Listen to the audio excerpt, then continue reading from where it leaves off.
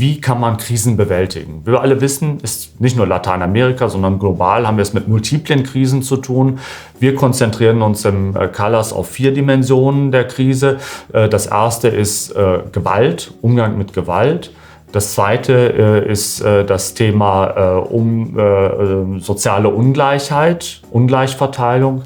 Das dritte ist das Thema Umwelt, Ökologiekrise.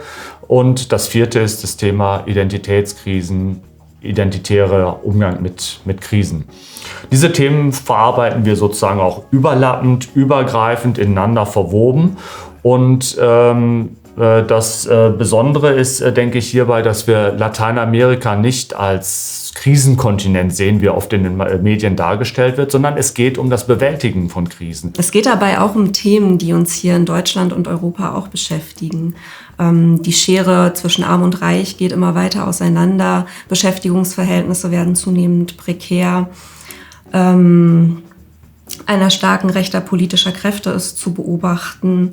Das Thema der Migration ist im Moment aus der öffentlichen Debatte gar nicht wegzudenken.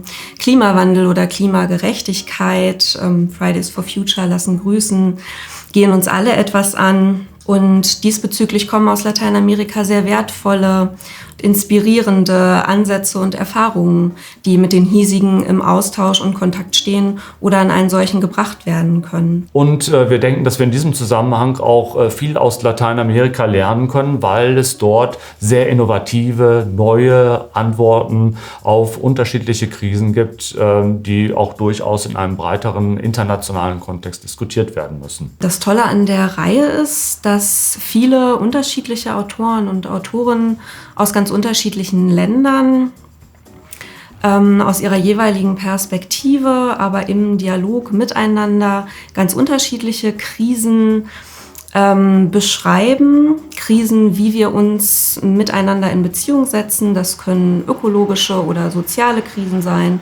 politische Krisen, Gewaltstrukturen und deren Auswirkungen oder auch Umbrüche im Bildungssystem und in der Wissensgesellschaft zum Beispiel.